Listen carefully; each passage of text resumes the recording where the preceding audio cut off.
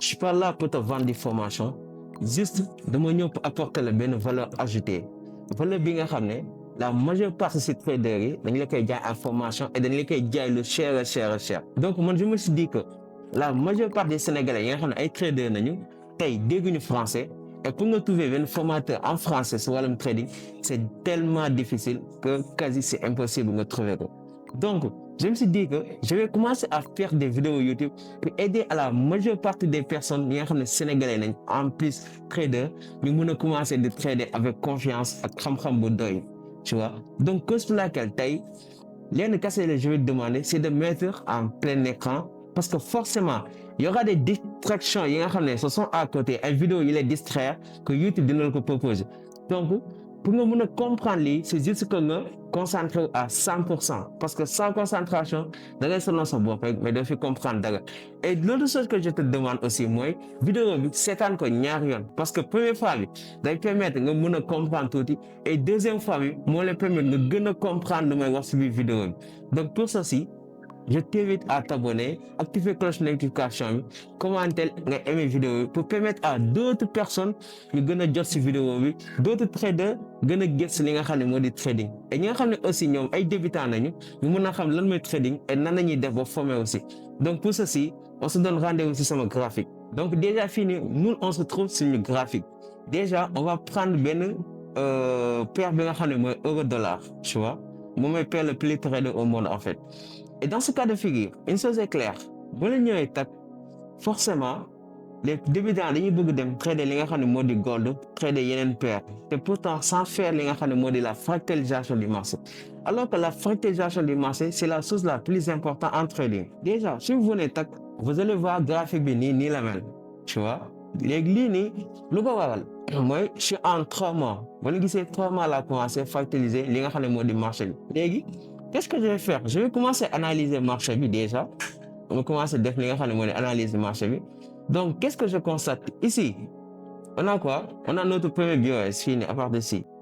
On a notre premier BOS. Donc, finalement, on va tracer, tu vois? Parce que le marché est comme dans ce cas de figure, le marché est sous le donc, déjà, on peut dire qu'à partir de ce moment-là, la tendance est haussière. Tu vois donc fini ce sera notre BOS bi nga xam ne dafa valide léegi pour tendance bi continuer de haussière il faut que marché bi ñëw kase li nga xam ne moo di point bii nii aussi point bi il faut mu kase ko voilà léegi vu que kase gu ko donc foofu dañ koy tuddee li nga xam ne moo di swing high c'est-à-dire mooy le point le plus haut du marché pour l'instant maintenant à un moment donné marché bi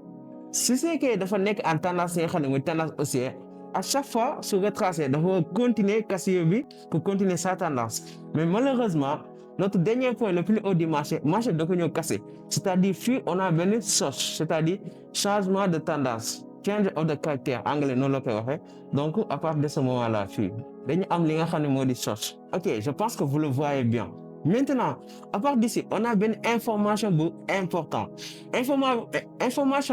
c'est-à-dire marché, il va plus aller à la hausse, mais il va aller à la baisse. C'est-à-dire, il y a un point de gagner souffler de dem, un point de gagner souffler de dem aussi. Donc, dans ce cas de figure, on va continuer les signes analyse. Légui, vu que le marché il n'est plus haussière, mais il est baissière. Donc là, de me dire mon outil de boîte à gants. Parce que l'outil de boîte à gants me permet de déterminer marché est-ce que tracer le tracé bon normal ou alors défouler le retracement bon normal. Donc dans ce cas de figure, là, mon outil de boîte à gants, si je mon dernier niveau le plus haut, mon niveau bini, et mon dernier niveau le plus bas. Mon niveau B, moi, c'est mon dernier niveau le plus bas. Tu voyez? Donc, dans mon outil de boîte à gants, mon texte mon niveau le plus haut, parce que marché c'est une tendance baissière. Moi, je vais c'est mon dernier niveau le plus haut, mon équilibre. Et qu'est-ce qu'on a constaté? Marché, il faut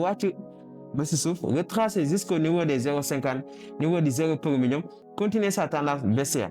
Léegi fini damay def benn taxaw pour expliquer leen benn affaire bi nga xam ne c'est important tey suñu amee benn tendance bi nga xam ne c'est haussière comme dans ce cas de figure tendance bi nga xam ne dafa haussière moo nekk nii à chaque fois prix bi jógee si suuf ñëw si kaw dafa war a retracer les retracements boobu noonu dafa war a dépasser les zones de 0,50 soit day ñëw ba si 0,50 wala mu dépasser ko pour mën a continuer sa tendance haussière donc fini vu qu'on est dans une tendance haussière pour utiliser li nga xam ne moo di outil boîte à gamme nan la ñuy def dañuy repérer suñu point le plus bas du marché moo nekk nii le point le plus bas du marché et le point le plus haut du marché moo nekk nii léegi fii nii imaginons que lii amagul en fait tu vois qu'est-ce que je vais faire damay jël sama outil boîte à gants ma teg ko nii le plus bas du marché yóbbu ko ba le plus haut du marché moo nekk fii nii juste tu vois pour l'instant léegi qu'est-ce qu'on a constaté que marché bu mu ñëwee fii dafa retracé waat ba niveau des 0,10 compte dafa passé 0,50 0,50 mooy 0,5 yi da ko passé en fait soit dafa war a ñëw ba 0,50 yi wala mu passé ko pour mun a continuer sa tendance mais su ñëwul ba 0,50 yi foofu noonu dis-toi que BOS boobu noonu c'est pas valide wala retracement boobu noonu c'est pas valide c'est une liquidité te marché bi da koy ñëw jël si force sens donc pour vous expliquer encore mu gën a leer pour que ngeen gën a mën a comprendre je vais prendre benn exemple bi nga xam ne marché bi continuer wu tendance comme dans ce cas de figure ñu am lii ok ñu am lii voilà gis ngeen donc fii nii sama point haut moo nekk nii sama point le plus bas moo nekk nii sama point le plus haut moo nekk nii lan laay def dama jël sama outil retracement boîte à gants bi autant pour moi ma teg ko si plus bas bi yóbbu ko ba si le plus haut bi ma cliquer donc lan laay xaar si marché bi jógee fii nii niveau bii nii ñëw ba fii nii ba niveau du 0 passé 0,50 soit mu ñëw ba si 0,50 wala mu passé 0,50 yi ñëw doog mën a continuer sa tendance li lay xaar si marché bi par contre fii nii boo leen gisee amaat naa niveau plus bas et niveau plus haut donc sama dernier niveau le plus bas bii la sama dernier niveau le plus haut bii la vous voyez donc damay jëlaat outil boîte à gants moom moo nekk nii ma teg ko sama dernier niveau le plus bas yóbbaat ko sama dernier niveau le plus haut moo nekk nii maintenant la laa xaar marché bi nga tracé ñëw ba zone bii nii 0,50 bi dépassé 0,50 zone discontinue pour continuer sa tendance mais bu fekkee marché bi nga tracé dafa ñëw carrément casser sama dernier point le plus bas mooy point bii nii da ko casser point bi su ko casser tak donc à partir de ce moment là qu'est-ce que je veux dire que fii nii am naa li ñu naan changement de tendance change of the character fii am nañ li nga xam ne moo di changement de tendance change of the character mooy sos je pense que loolu leer na moom mooy sos donc c'était ça l'explication maintenant on va continuer c'était juste pour vous permettre de comprendre avant ñuy dem sur l'utilisation de boîte à gants bi donc à partir d'ici vu que gis naa sama utilisation muy comprendre ngeen nañu utiliser outil boîte à gants donc fii immédiatement la laay def fii mooy ñoo nekk sama BOS tu vois fii mooy nekk sama BOS donc fii laay teg li nga xam ne mooy sama BOS à partir de ce moment là fii damay am li nga xam ne moo di BOS maintenant c'est ça léegi la laay xaaraat am naa sama niveau point le plus haut moo nekk ni sama point le plus haut sama dernier point le plus haut et sama dernier point le plus bas anamu moo nekk ni donc marché bi lan la def je vais encore jëlaat li nga xam ne mooy sama boîte à gants moo teg ko sama dernier point le plus haut moo nekk ni indi ko ba sama dernier point le plus bas moom moo nekk fii nii boo la gisee marché bi nga tracé na ñëw ba zéro premium bi donc la lay xaaraat marché bi indi ñëw def cassure bii nii ok cassure bi moom lay xaar marché bi ñëw def ko cassure bi pour ñu mën a am li nga xam ne moo di BOS mais pour l'instant amaguñu BOS nan laa koy tuddee swing low en fait swing low laa koy tuddee donc c'est ça les gars. Maintenant on va continuer li nga xam ne mooy suñu analyse vu que en 3 mois lii la am boo la xoolee bu baax en 3 mois c'est ça que j'ai tu vois donc qu'est-ce que je vais faire à partir de ce moment-là je vais descendre si li nga xam ne moo di time frame inférieur maintenant si time frame inférieur boobu noonu la laay def damay dellu en 1 mois voilà avant de venir au mois il y a quelque chose que je devais vous expliquer d'abord tu vois je vais retourner en 3 mois déjà xam nañ la moo xew en 3 mois maintenant lu ñu deseel mooy partie bii nii xamuñu fii lu fi xew partie bii on sait pas ce qui s'est passé ici kenn xamugul lan moo fa xew pour l'instant maintenant pour xam lan moo xew fii nii lan lay def damay descendre en time frame inférieur donc on va y aller dans les time frame inférieur bi stop mooy 1 mois tu vois on est en 1 mois da ngay ñëw ma réinitialiser li nga xam ne mooy sama graphique à partir de ce moment là donc maa ngi fii nii sama time frame bi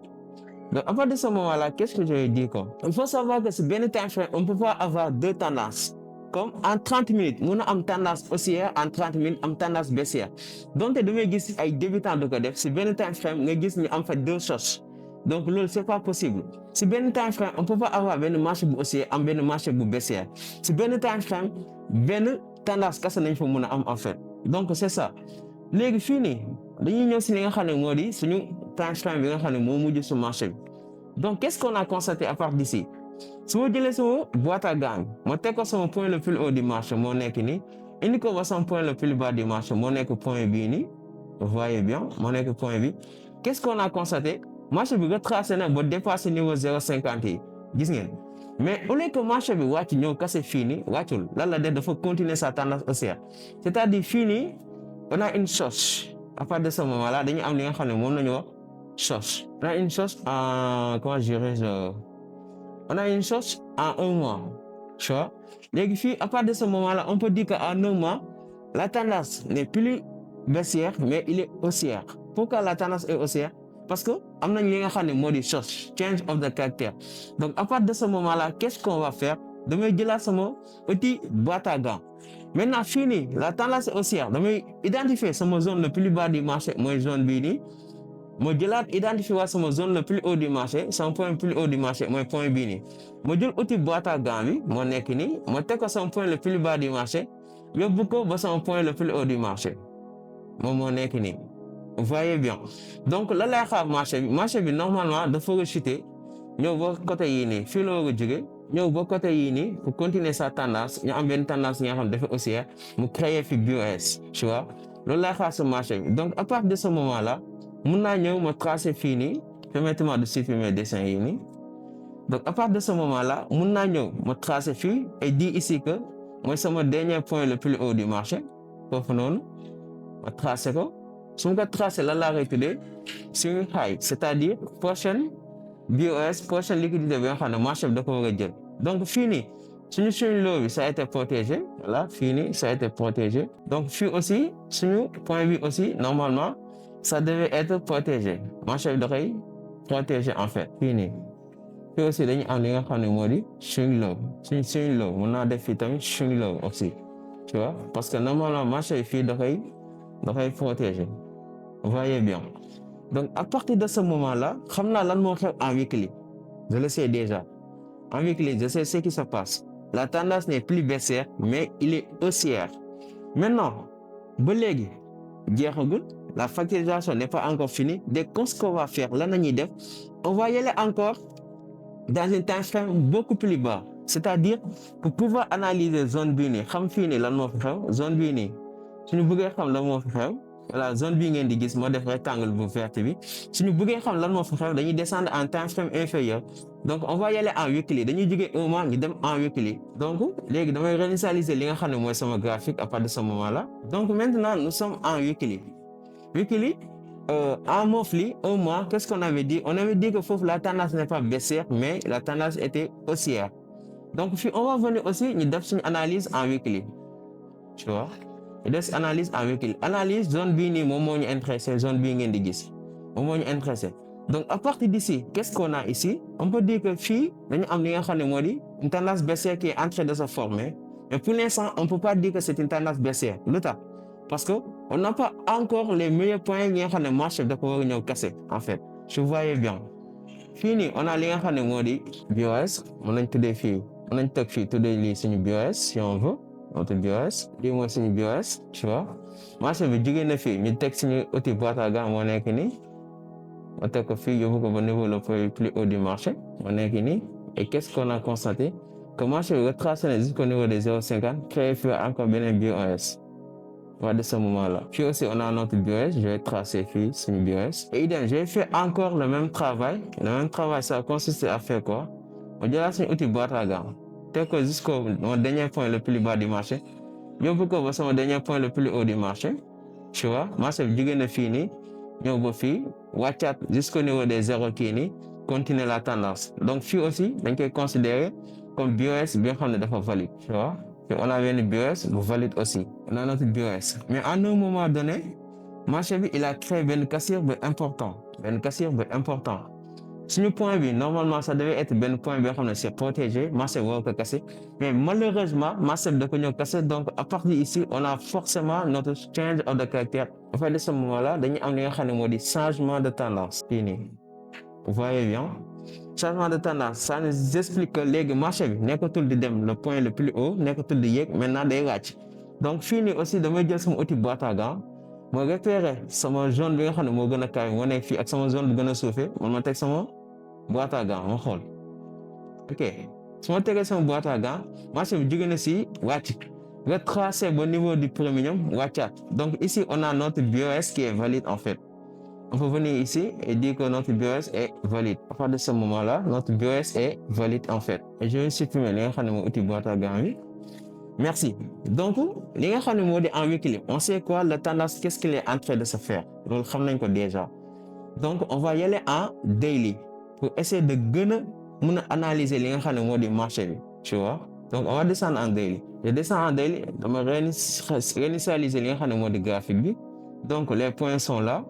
En daily, la marche est beaucoup plus claire. Le marché est beaucoup plus clair autant pour moi. Donc on va venir. Vous voyez daily, on est carrément baissière. Donc il n'y a pas de développement, on est carrément baissière. Maintenant, qu'est-ce qui se passe? Nous, le frère côté bi moo ñu intéressé, le frère fii nii.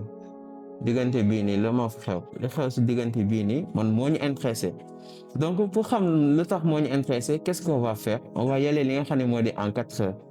Tu vois, on va y aller en 4 heures pour essayer de voir qu'est-ce qui se passe là-bas. Donc on va descendre encore en temps frame inférieur. Ok, donc nous sommes en 4 heures.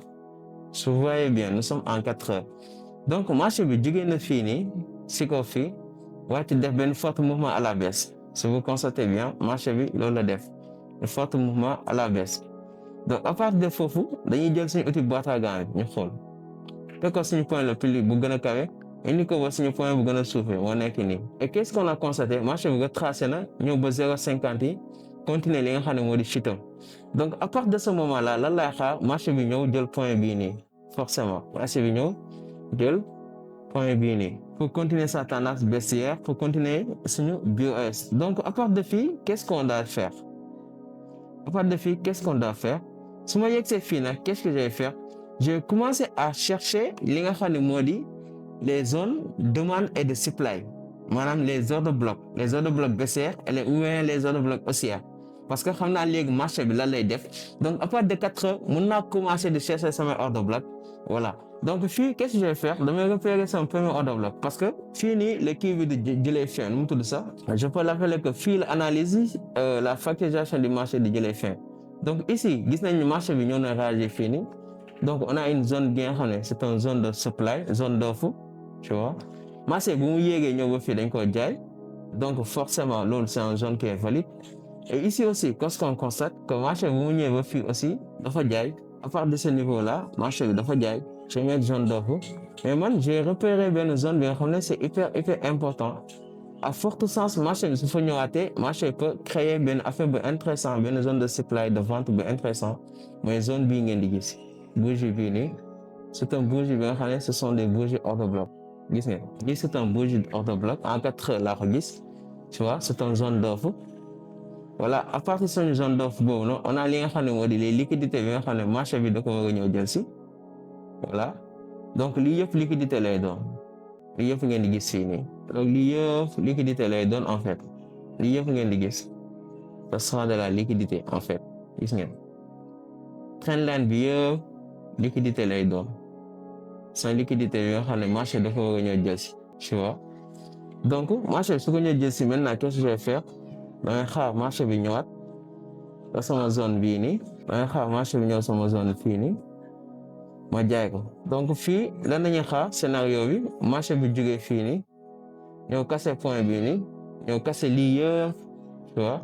ñëw fii nii après ñu doog a jaay marché pour mu ñëw chercher benn point le plus bas ici. Vous voyez bien. Donc c'est ça que j'attends. Maintenant lii moo nekkoon li nga xam ne moo di factorisation du marché méttiwul nag